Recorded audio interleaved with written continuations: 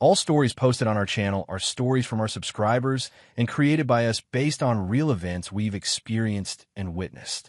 We post new stories every day for your entertainment, that we hope you enjoy them. Thank you.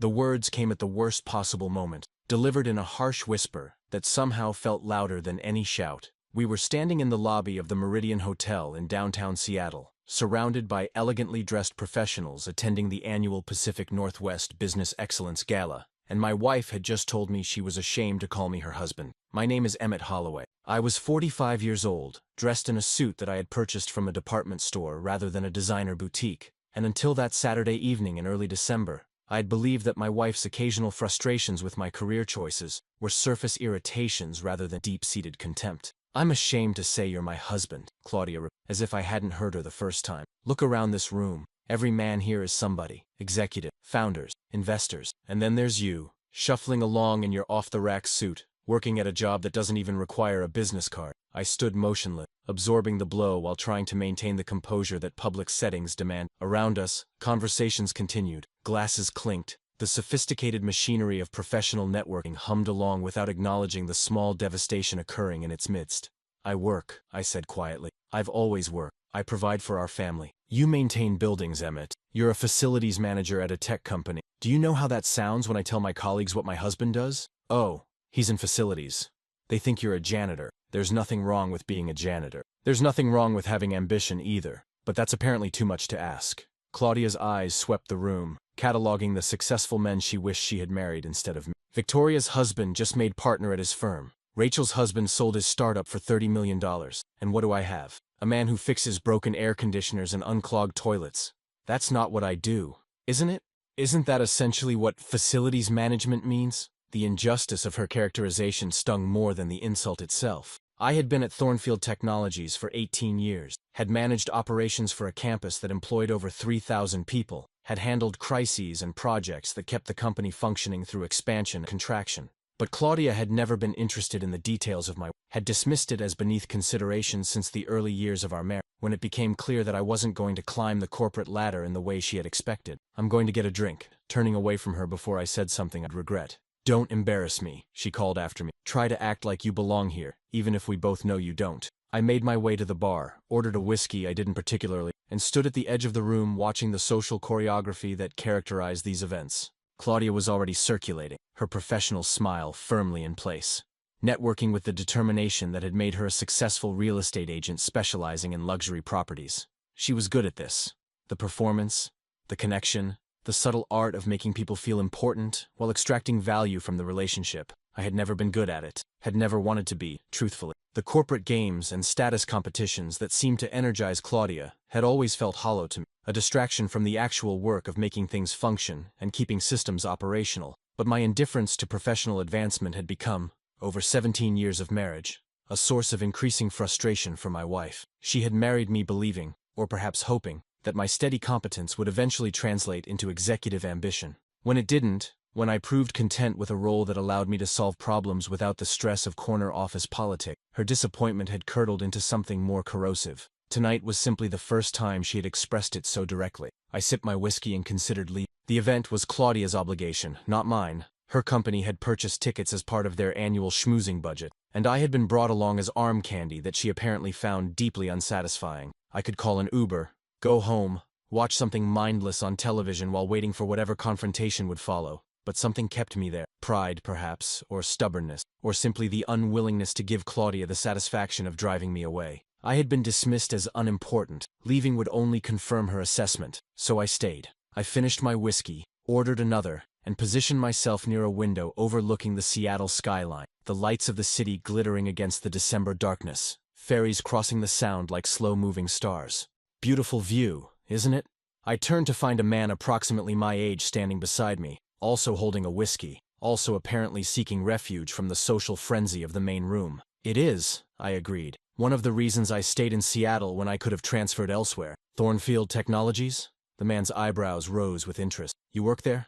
18 years now. Started in maintenance. Worked my way up to facilities director." "Is that so?" His expression became something I couldn't quite read. Curious, perhaps, or calculate. "I've heard good things about the Thornfield campus, the sustainability initiative, the employee satisfaction scores. That's your department?" Partly. I work with a lot of teams, but yes, facilities operations covers most of that. Impressive. I'm always interested in how companies create environments that support productivity. He extended his hand. Vincent Calder. Emmett Holloway. I shook his hand, noting the firm grip and the quality of his suit. Clearly a man of means, though his demeanor was surprisingly unassuming. What brings you to this event? Obligation, mostly. Same as most people here, I suspect. The real networking happens during the events like this are just maintenance. He smiled at his own word choice. If you'll pardon the expression. No offense taken. I've built a career on maintenance. It's not glamorous, but it keeps things running. That's more valuable than most people realize. The flashy innovations get the press coverage, but it's the operational excellence that determines whether a company actually succeeds. The conversation continued, meandering through topics ranging from building systems to employee experience, to the peculiar culture of Pacific Northwest tech companies. Vincent was knowledgeable and engaging, asking questions that suggested genuine interest rather than social obligation. I found myself enjoying the exchange more than anything else that had happened that evening. Here was someone who seemed to value competence over status, substance over appearance, the opposite of the values Claudia had accused me of failing to embody. There you are. Claudia's voice interrupted our conversation, her hand closing on my arm with the pressure of someone establishing. I've been looking for you everywhere. I've been right here, I said, talking with Vincent. Claudia turned to assess my conversation partner, and I watched her expression shift as she performed the rapid social calculation that was second nature to her. Expensive suit, confident bearing, the watch on his wrist worth more than my car. This was someone important. I'm Claudia Holloway, she said, her voice warming to the professional charm that had been entirely absent when she spoke to me. Emmett's wife. I don't believe we've met. Vincent Calder. He shook her hand with the same cordial grip he had offered me. I was just telling your husband how impressive Thornfield's operations are. You must be proud of the work he does. The question hung in the air, loaded with implications that Claudia seemed to suddenly recognize. Of course, she said, her smile becoming fixed. Emmett is wonderful at what he does. What he does is quite remarkable, actually. The Thornfield campus is consistently rated one of the best work environments in the region. That doesn't happen by accident. It takes vision and execution, both of which seem to be your husband's strengths. Claudia's grip on my arm tightened. You seem very familiar with Thornfield. Do you work in the industry? You could say that. Vincent's smile was enigmatic. I should let you two enjoy the evening. Emmett, it was a genuine pleasure talking with you. I hope we'll have the chance to continue the conversation sometime. He disappeared into the crowd, leaving Claudia staring after him with an expression I had learned to recognize over 17 years. The look of someone who had missed something important and was trying to figure out what. Who was that? She demanded. Vincent Calder. He seemed interested in building operations. Vincent Calder. She repeated the name as if testing it. Why does that sound familiar? The answer would come soon enough, and when it did, everything would change. The email arrived Monday morning, appearing in my inbox with the kind of sender identification that made me check 3 times to ensure I wasn't being phished. From Office of the CEO, Thornfield Technology. Subject, request for meeting. I stared at the screen, my coffee growing cold beside me, trying to understand what possible reason the CEO of a 3,000-employee company would have to contact someone at my level directly. The email was brief and professional. Harrison Blackwell, CEO of Thornfield Technologies, requested a meeting with me at my earliest convenience to discuss matters of strategic importance to the company's future. His assistant had provided several time slots, all within the next week. I forwarded the email to my supervisor, assuming there had been some mistake. Douglas Chen, the vice president of operations to whom I reported, called me within minutes. Did you get this too? I asked. I got copied on it. Emmett, what the hell is going on? The CEO doesn't schedule meetings with facilities directors. That's not how the chain of command works. I have no idea. I haven't done anything unusual. Did something happen at the gala this weekend? I saw you were at the Business Excellence event. The gala. Vincent Calder. The conversation about operational excellence in building systems. I talked to someone there, I said slowly. A man named Vincent Calder. He seemed interested in the company. The silence on the line stretched for several seconds. Vincent Calder. Douglas, please tell me you're joking. Why would I be joking? Emmett. Vincent Calder is the chairman of Nexus Capital Partners. They're one of the largest private equity firms on the West Coast, and according to what I've been hearing, they're considering a major investment in Thornfield. The implications began to dawn on me. I didn't know who he was. He didn't introduce himself as anything other than his name. What did you tell him? Just, we talked about the campus, building operations, employee satisfaction. I didn't say anything inappropriate. You talked to a man who might be writing a check for hundreds of millions of dollars, and you had no idea who he was. He asked questions. I answered them honestly. Douglas laughed, a sound that could have been admiration or disbelief or both. I don't know whether to commend you or fire you. Take the meeting with Blackwell, and for God's sake, let me know what happens.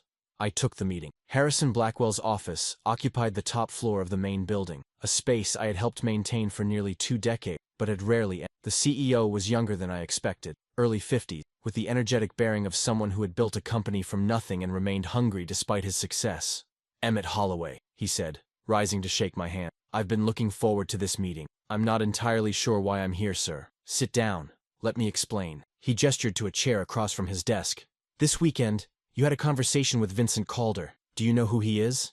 I've learned since then. Then you know that Nexus Capital has been evaluating Thornfield for a potential investment. What you may not know is that Vincent personally conducts due diligence by attending industry events and talking to employees at all levels. He believes that the real health of a company is revealed not in boardroom presentations, but in casual conversations with people who actually do the work. I see. After the gala, Vincent called me personally. Do you know what he said?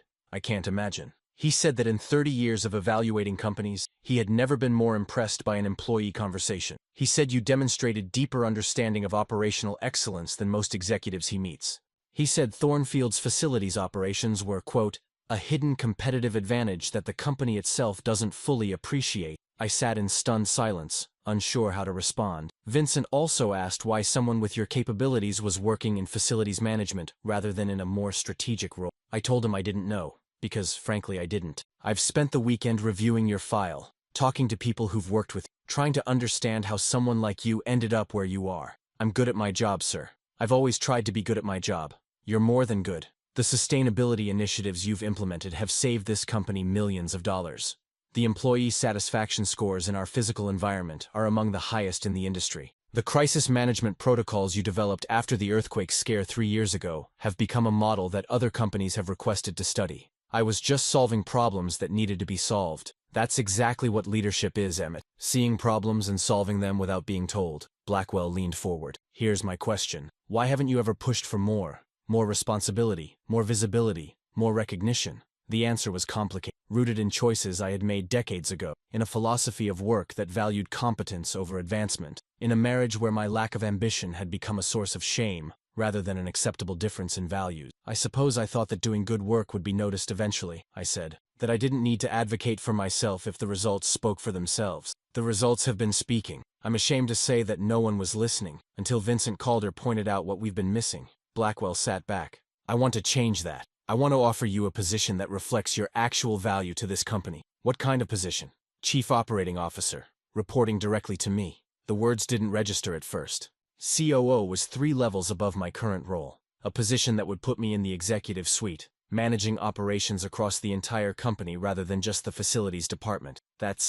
I don't know what to say. Say you'll think about it. The board has approved the appointment, contingent on your acceptance. The compensation package is substantial. Base salary of $400,000, plus bonus structure and equity participation.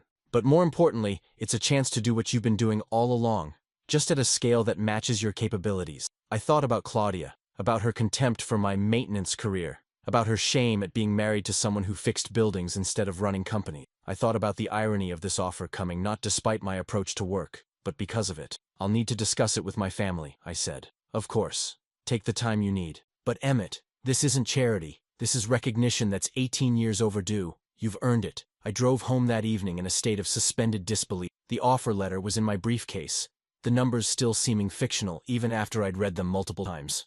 Chief Operating Officer, $400,000 base salary, a seat at the table where decisions that shaped the company's future were made. Everything Claudia had wanted me to be was suddenly being handed to me, not because I had changed, but because someone had finally looked closely enough to see what had always been there. The question was, what did I want to do about it? The drive gave me time to think about the words Claudia had spoken at the gala, and all the words she had spoken. I'm ashamed to say the phrase echoed in my memory, each repetition adding layers of meaning I hadn't fully processed in the moment. She was ashamed, not frustrated, not disappointed, but ashamed. The distinction mattered. Frustration could be addressed, disappointment could be overcome, but shame was something deeper, something that touched the core of how she saw me and, by extension, how she saw herself for having chosen me. I had been married to someone who was ashamed of me. For how long? When had the disappointment metastasized into something more malignant? Claudia's car was in the driveway when I arrived, which surprised me. She usually worked late on Mondays. showing properties to clients who couldn't meet during business hours.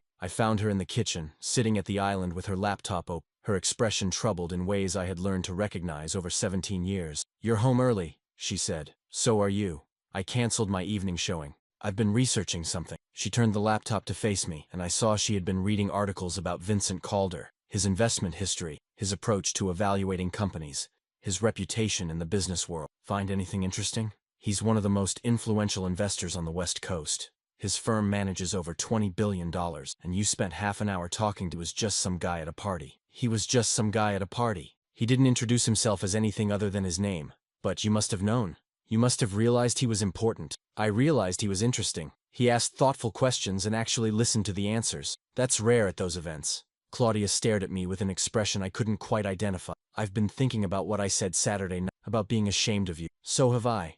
I was wrong to say it like I was frustrated with the situation, with feeling like I've been carrying the social weight of our marriage while you contribute nothing." "Nothing." I set down my briefcase. "That's an interesting characterization. I didn't mean—" "You said what you meant, Claudia. For probably the first time in years, you were completely honest about how you see me. I appreciate that, actually. It clarifies things." "What things?" "The CEO of Thornfield called me into his office today. It seems that Vincent Calder was so impressed by our conversation that he specifically mentioned me in his evaluation of the company." Claudia's expression shifted. "Mentioned you how?" "As a hidden competitive advantage. As someone whose capabilities have been underutilized for years." I pulled the offer letter from my briefcase and set it on the counter. "I've been offered the position of Chief Operating Officer. 400,000 base salary, plus bonuses and equity." The silence that followed was profound. Claudia picked up the letter with hands that weren't quite steady, reading through the terms with the practiced eye of someone who negotiated contracts professionally. "This is real," she said finally. "It's real. You're going to be a C-level executive at a company that employs thousands of people. If I accept it?" "Yes." "If you accept it? Why wouldn't you accept it?" The question contained everything that was wrong with our marriage. The assumption that status and money were the only metrics that mattered. That of course I would want what she wanted. That my own feelings about the decision were irrelevant compared to the external validation it provided. "Because I'm not sure I want to spend my life proving something to someone who has spent 17 years being ashamed of me," I said. "Emmett, you told me I was useless. You told me I embarrassed you. You told me I contributed nothing to our marriage except showing up and failing to be someone impressive. And now, because Vincent Calder happened to notice what you never bothered to see, suddenly I'm valuable? Suddenly I'm worth being proud of? I made a mistake. I was wrong about you. You weren't wrong about how you felt. You were just wrong about whether my work had external validation. If Vincent Calder hadn't been at that party, if Harrison Blackwell hadn't called me into his office, you would still think I was worthless. The only thing that's changed is other people's opinions. That's not fair, isn't it? For 18 years, I've been doing essentially the same work. Solving problems, managing systems, creating environments where people can be productive. You dismissed all of it because it didn't come with a fancy title or a large salary. Now the title and salary are being offered, and suddenly, my work has value." Claudia set down the letter. "What do you want me to say? I was wrong. I admit it. I should have seen what you were capable of a long time ago. What I'm capable of hasn't changed. I'm the same person I was Saturday night, when you were ashamed to introduce me as your husband. The same person I'll be whether I accept this promotion or not. You're going to turn it down? Out of spite? I'm going to make a decision based on what I want, not on what will make you proud of me. That's something I should have been doing all along." I picked up my briefcase and headed for the stairs. "Where are you going?" "To think. Don't wait up." I spent the night in the guest room, lying awake in the darkness while my mind cycled through the events of the past few. The offer was genuine. I had verified that multiple times, still half expecting to discover it was some elaborate misunderstanding. Chief Operating Officer of a company I had watched grow from a startup in a converted warehouse to a regional powerhouse employing thousands. The opportunity was extraordinary. The question was whether I wanted it for the right reasons. I thought about my career, about the choices I had made that had led me to this point. I had started at Thornfield in the maintenance department, a job I took after my father's small business failed, and I needed steady income more than professional prestige. I had no particular ambition to advance. I simply wanted to solve problems, to make things work, to create order from chaos. Over the years, I had discovered I was good at it, really good. The building systems that seemed straightforward to me apparently confounded others.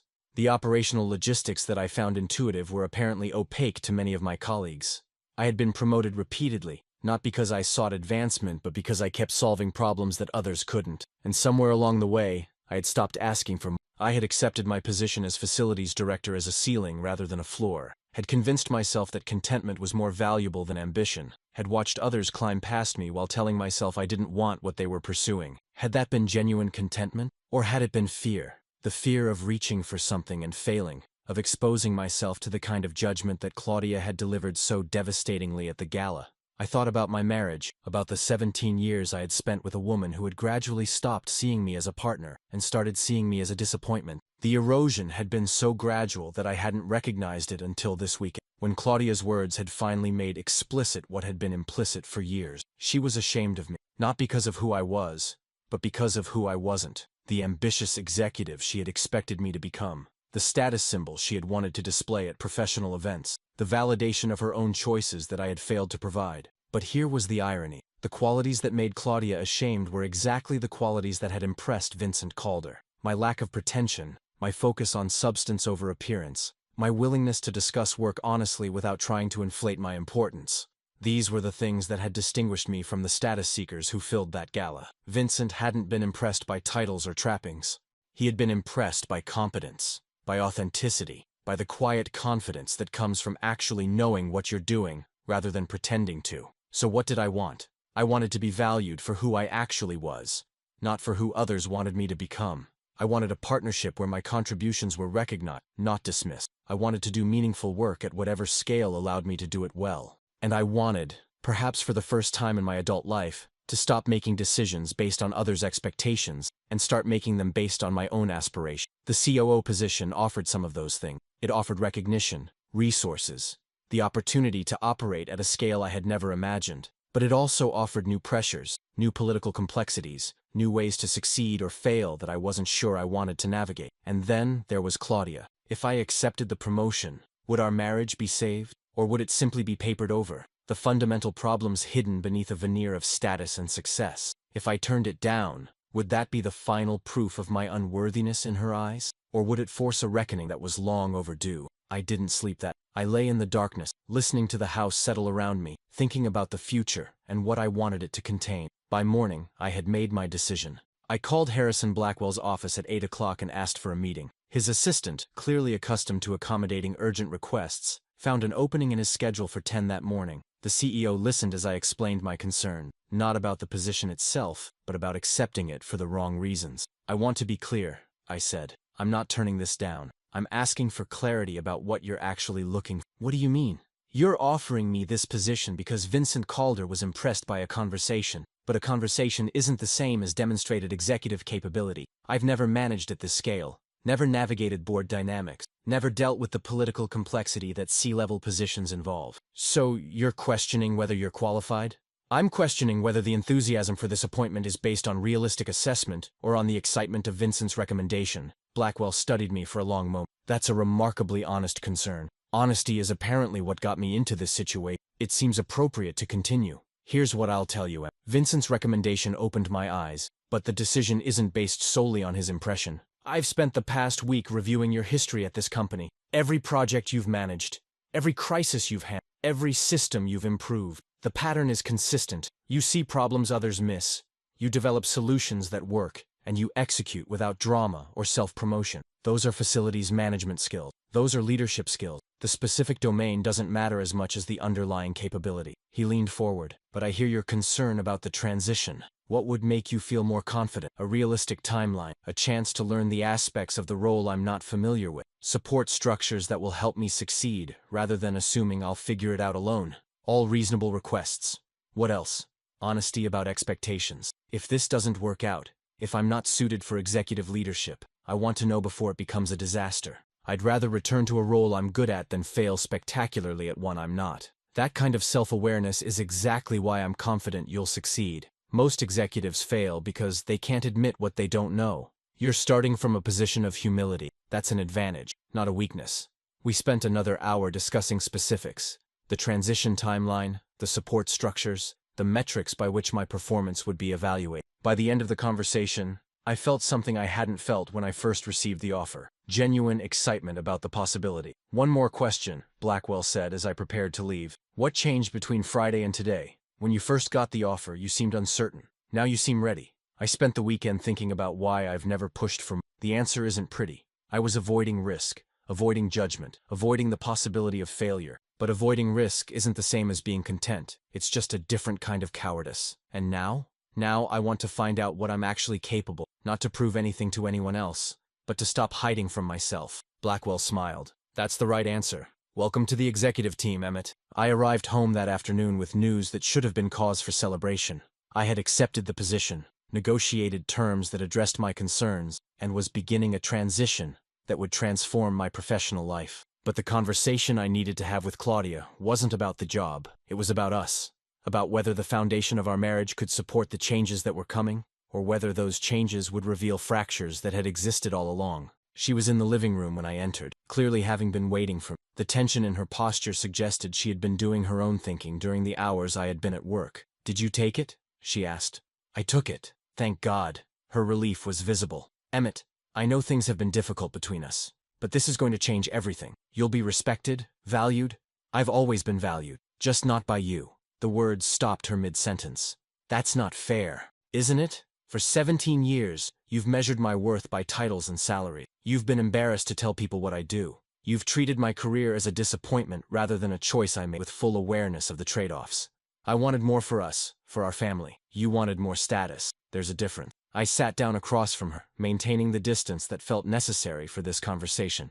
"I accepted this position because I want to challenge myself, to see what I'm capable of at a larger scale. But I need to be honest with you about something. This promotion doesn't change who I am. It doesn't validate your disappointment or prove that you were right to want something different." "What are you saying?" "I'm saying that our marriage has problems that won't be solved by a title change. You've been ashamed of me, genuinely ashamed. That's not something that disappears because I'm now important enough to impress your colleagues. I made a mistake. I've apologized. You apologized after you found out about the offer. That's not the same as recognizing you were wrong. It's just recognizing that circumstances change." Claudia was quiet for a moment, her expression shifting through emotions I had learned to read over 17 years. Defensiveness, frustration, and beneath both, something that might have been recognition of a truth she had been avoiding. "What do you want from me?" he asked finally. "I want honesty. Not about how you feel now that I'm going to be a C-level executive, but about how you actually see me, as a person, as a partner, as the man you chose to spend your life with." That's not a simple question. No, it's not.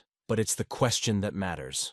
The conversation that followed was the most honest we had had in years, maybe ever. Claudia talked about her upbringing, about parents who measured everything by professional achievement, about the internalized beliefs that had shaped how she evaluated success. She talked about the fear that had driven her ambition, the insecurity that made other people's opinions feel so important, the gradual disappointment that had built over years of watching me refuse to play the games she considered essential. I listened without defending myself, without arguing, simply trying to understand the perspective that had caused her to say those devastating words at the gala. "I didn't marry you expecting you to stay in facilities management. I married you believing you would eventually want more. When you didn't, I felt betrayed somehow, like you had promised something you never intended to deliver. I never promised anything except to be who I am. I know that now. But I convinced myself otherwise because it was easier than accepting that my expectations might have been unreasonable. Were they unreasonable? They were mine, based on my values, my upbringing, my fears.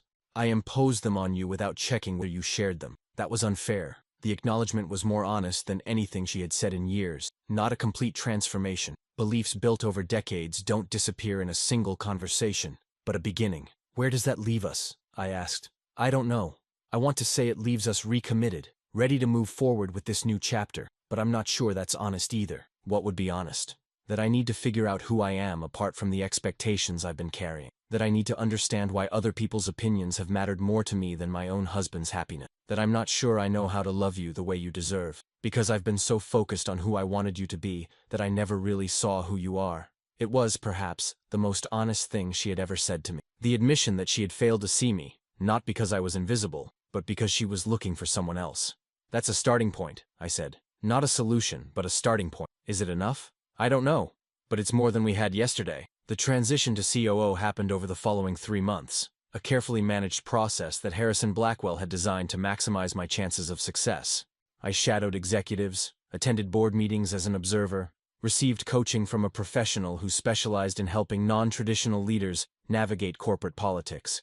The learning curve was steep, but not impossible. I discovered that the skills I had developed in facilities management, systems thinking, crisis response, stakeholder management, translated surprisingly well to executive. The scale was different, the visibility was higher, but the fundamental challenge remained the same. Identify problems, develop solutions, execute effectively. What surprised me most was how much I enjoyed it. The strategic conversations, the complex decisions, the opportunity to shape the company's direction, rather than simply maintaining its infrastructure. All of it engaged capabilities I hadn't known I possessed, challenged me in ways that my previous role had stopped doing years ago. My colleagues were generally supportive, though some skepticism was inevitable. A facilities director becoming COO was unusual. There were those who questioned whether I was qualified, and those who resented the rapid advancement that had eluded them, despite more traditional career paths. But the results spoke for themselves. Within my first quarter, I had identified inefficiencies that were costing the company millions, had restructured operations in ways that improved both productivity and employee satisfaction,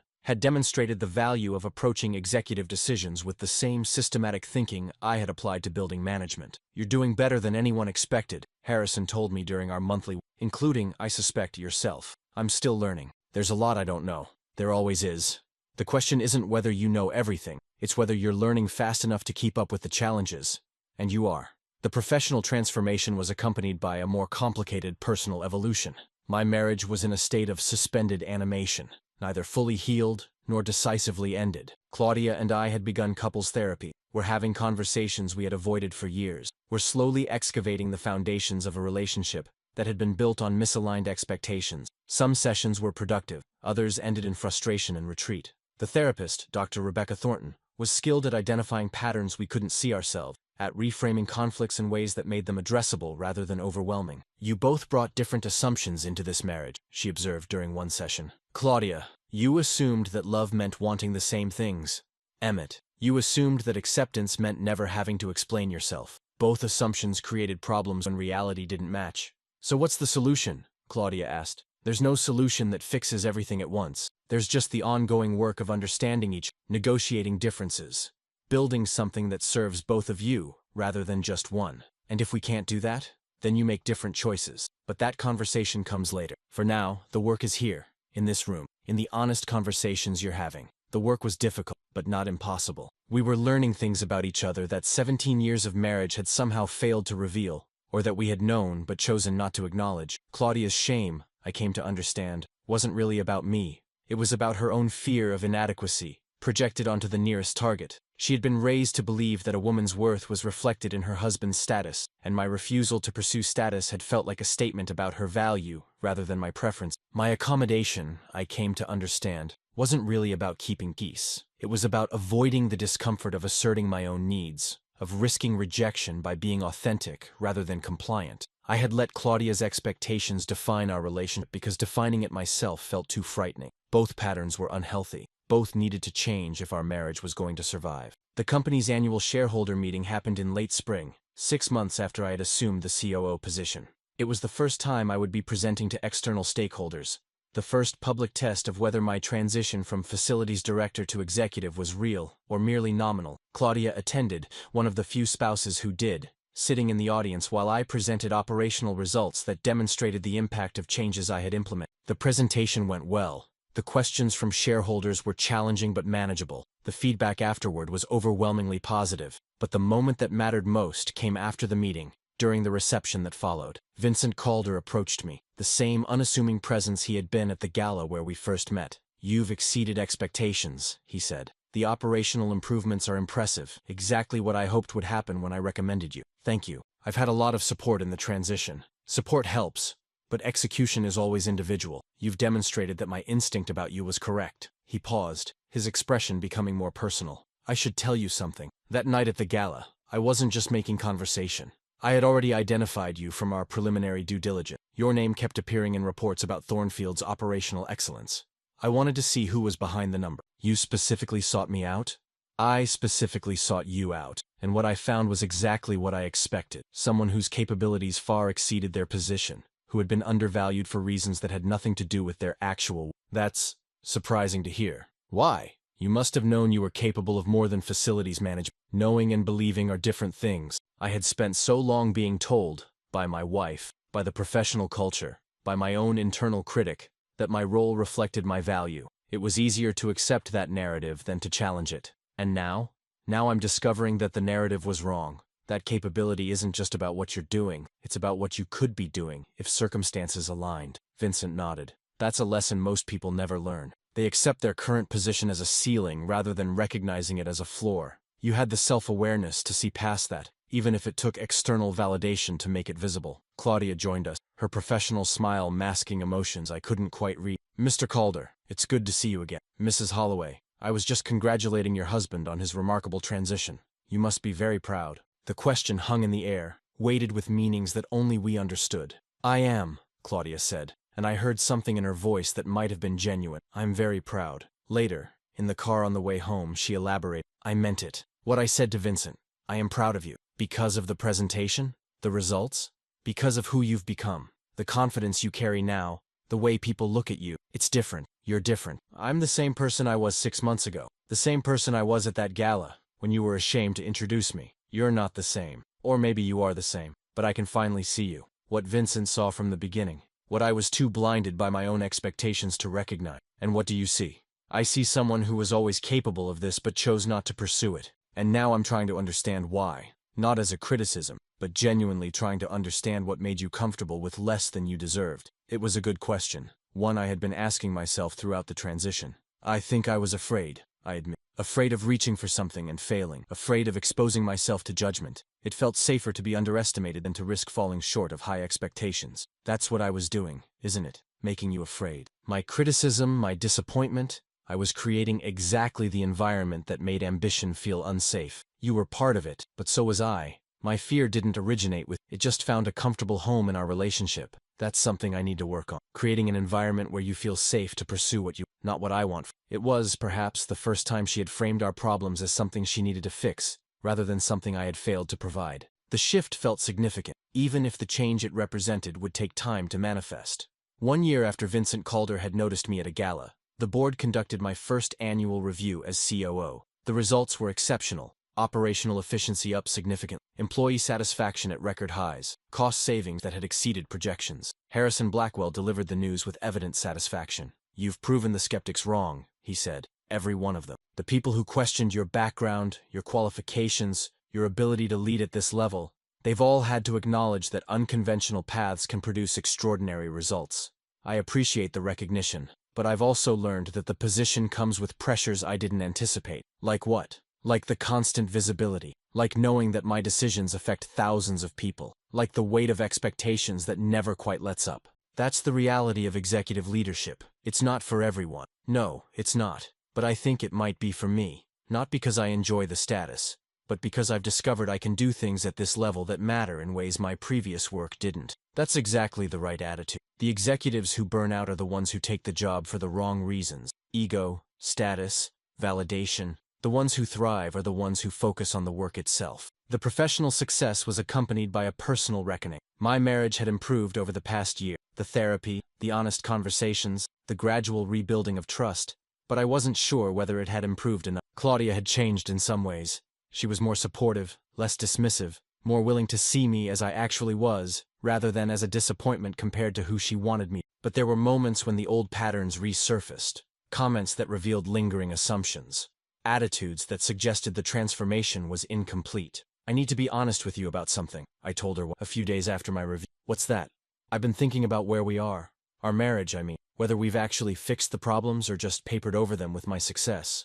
What are you saying? I'm saying that when I was a facilities director, you were ashamed of me. Now that I'm COO, you're proud of me. But I'm fundamentally the same person. The same values, the same priorities, the same approach to life. What happens if my next role is less impressive? What happens if I make choices that prioritize fulfillment over status? You think I would go back to being ashamed? I don't know. And that uncertainty is a problem. Claudia was quiet for a long moment. You're right to be uncertain. I've changed in some way, but I can't promise I've changed completely. The beliefs I was raised with, they're deeply embedded. They surface at moments I don't expect, in ways I'm not always proud of. So, where does that leave us? It leaves us with a choice. We can keep working on this. Keep trying to build something that works for both of us. Or we can acknowledge that maybe we want different, and those differences are too fundamental. Which option do you want? I want to keep trying, but I understand if you don't. You've spent 17 years accommodating my disappointment. You'd be justified in walking away. The honesty was striking. More honest than she had been at any point in our marriage. She was acknowledging the damage she had done, offering me permission to leave if that was what I wanted. But what did I want? I had changed over the past year, not just professionally but personally. I was more confident, more willing to assert my own needs, more capable of recognizing when a situation didn't serve me. The growth had been painful but valuable, and it had happened partly because of the crisis in my marriage. Did I want to preserve the relationship that had catalyzed that growth? Or did I want to move forward without the baggage of a history built on misaligned expectations? I want to keep trying too, I said finally, but I need you to understand something. I'm not the same person who would have accepted your disappointment indefinitely. If the old patterns return, if you go back to being ashamed of who I am rather than what I've achieved, I won't stay. That's fair. Is it something you can live with? It's something I need to live with. Because you deserve a partner who values you for yourself, not for your position. I'm trying to become that partner. I'm not there yet, but I'm trying. Trying is enough, for now. 2 years after Vincent Calder's recognition had changed the trajectory of my career, I stood in a conference room at Thornfield Technologies, preparing to announce my next move. The COO role had been transformative, but the transformation wasn't complete. I had spent 2 years learning what I was capable of at an executive level, and the answer was more than I had imagined, but also different from what the position itself offered. "You're sure about this?" Harrison asked, reviewing my proposal one final time. "I'm sure. The operational work is important, but I've realized my real passion is the thing Vincent noticed first. Creating environments where people can do their best work. I want to focus on that specifically, at a scale larger than Thornfield alone. And you think a consulting practice is the right vehicle? I think it's worth trying. The insights I've developed here, about operations, about employee experience, about building systems that support productivity, they're applicable across industries. I could spend the next 20 years implementing them at Thornfield, or I could spend them sharing them with dozens of companies. You'd be giving up a lot. The salary, the security, the position you've worked so hard to achieve. I'd be gaining something too. Freedom to choose my own project, to work with organizations that align with my values, to build something that's entirely my own. The decision to leave Thornfield wasn't made lightly. I had agonized over it for months, discussing it with Claudia, with my therapist, with mentors who understood the complexity of such choices. In the end, what persuaded me was a simple recognition. I had been underestimated my entire career, and then I had been recognized. But both experiences had been in service of someone else's vision. Now, I wanted to pursue my own. Claudia's reaction to my decision surprised me. I had expected concern about the financial uncertainty, worry about the status implications, the old patterns resurfacing in response to a choice that prioritized fulfillment over advancement. Instead, she was supportive. "This is what you actually want," she said when I told her. "Not what someone else decided you should want. That's exactly what we've been working toward. You're not worried? I'm terrified. But that's my problem to manage, not yours. You've spent your career accommodating other people's expectations. This might be the first decision you've made purely for yourself. Is that okay?" "It's more than okay. It's who I want you to be." The transformation in our marriage was ongoing, not complete, perhaps never fully but real in ways that I could feel, even when I couldn't always articulate. Claudia was learning to value me for who I was, rather than who she wanted me. I was learning to assert my own needs rather than constantly accommodating hers. We weren't the same people who had stood in that gala lobby 2 years ago, me absorbing her shame while trying to maintain composure. We had grown, separately and together, into something more honest, more sustainable, more capable of weathering whatever challenges lay. The consulting practice launched 6 months after I left Thornfield, built on the relationships I had developed during my time as COO, and the reputation I had established for operational excellence.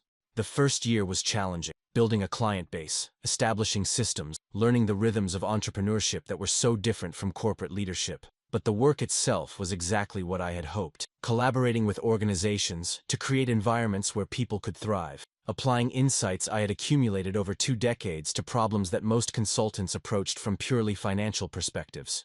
Vincent Calder became an informal advisor, offering guidance that reflected his decades of experience evaluating companies and their leaders. "You're doing something valuable," he told me during one of our periodic conversations. "Most consultants focus on what companies should do differently. You focus on how to create conditions where the right things happen naturally. That's a fundamentally different approach.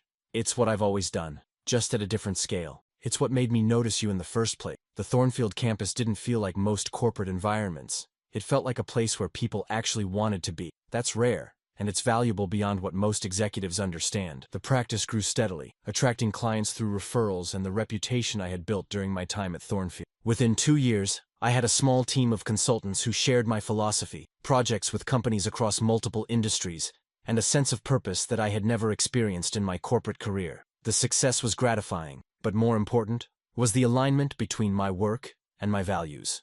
I wasn't pursuing status or climbing ladders. I was solving problems that mattered to me, creating value in ways that felt authentic rather than performed. Claudia watched the transformation with a mixture of pride and something I couldn't quite identify. Perhaps the realization that the man she had once dismissed was becoming someone she genuinely admired. "I was wrong about you," she said as we sat on our deck watching the sunset. "Not just wrong about your capability, wrong about what success actually means." "What does it mean?" "I used to think it meant achievement, titles, money, recognition. But watching you build this practice, seeing how fulfilled you are, I'm starting to think success is something different." "What?"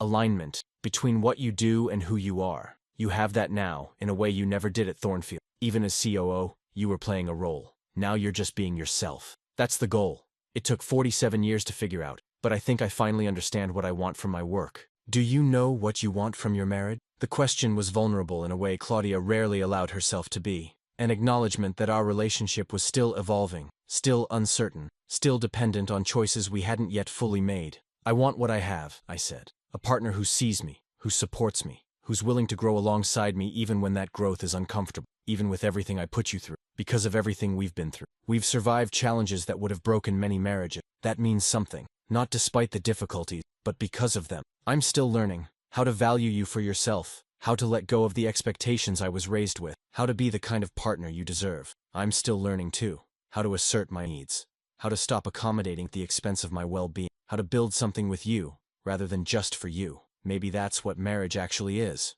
Not arriving at a destination, but learning together, constantly. Maybe it is." 5 years after Claudia told me she was ashamed to call me her husband, I received an award that would once have seemed impossibly distant. The Pacific Northwest Business Excellence Award for Innovation in Organizational Development. The same event where she had spoken those devastating words had become the occasion for recognizing the work I had built in the years since. The irony wasn't lost on either of us. "Are you nervous?" Claudia asked as we prepared to enter the gala. "A little, but not for the reasons I would have been before." "What reasons now?" "I'm just thinking about how much has changed. 5 years ago, I was here as your accessory, someone to stand beside you while you network, someone who embarrassed you by existing. Now I'm here to receive an award for work that I built myself. Does that feel satisfying? Proving wrong everyone who underestimated you?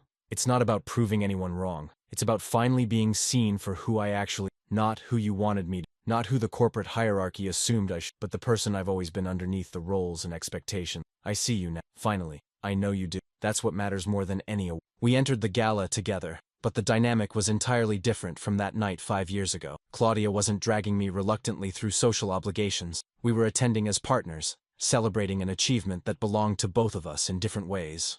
The award presentation was brief, a few minutes of remarks about the impact of my consulting practice, the innovative approaches I had developed, the recognition I had brought to the region through my work. I delivered an acceptance speech that acknowledged the people who had helped me along the way. Harrison Blackwell, who had taken a chance on an unconventional candidate. Vincent Calder, whose recognition had changed my trajectory. My team, who shared my vision and executed it brilliantly. And Claudia. "I also want to thank my wife," I said, looking directly at her in the audience. 5 years ago, in this very room, she told me something that hurt more than anything I had ever heard. She told me she was ashamed to call me her husband. A murmur rippled through the audience. Claudia's face went pale, but she didn't look away. That moment was devastating, but it was also clarifying. It forced me to confront questions I had been avoiding for decades about my worth, ambitions, my willingness to settle for being underestimated rather than risking rejection. The man standing here tonight exists because of that moment, not despite it, but because of it. The pain catalyzed growth that comfort never could.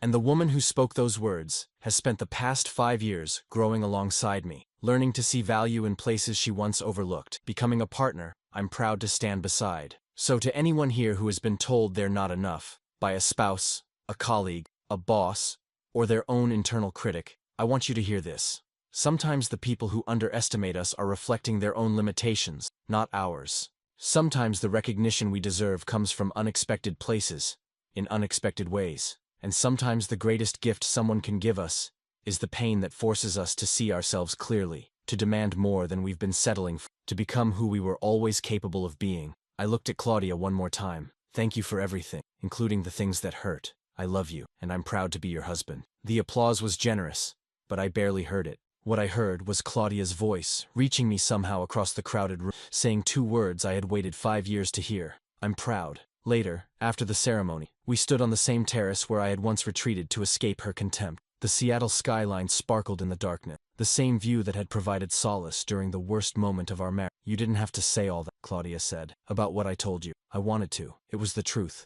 But it made me look terrible in front of hundreds of people. It made you look human, someone who made mistakes and grew from them. That's not terrible, that's honest.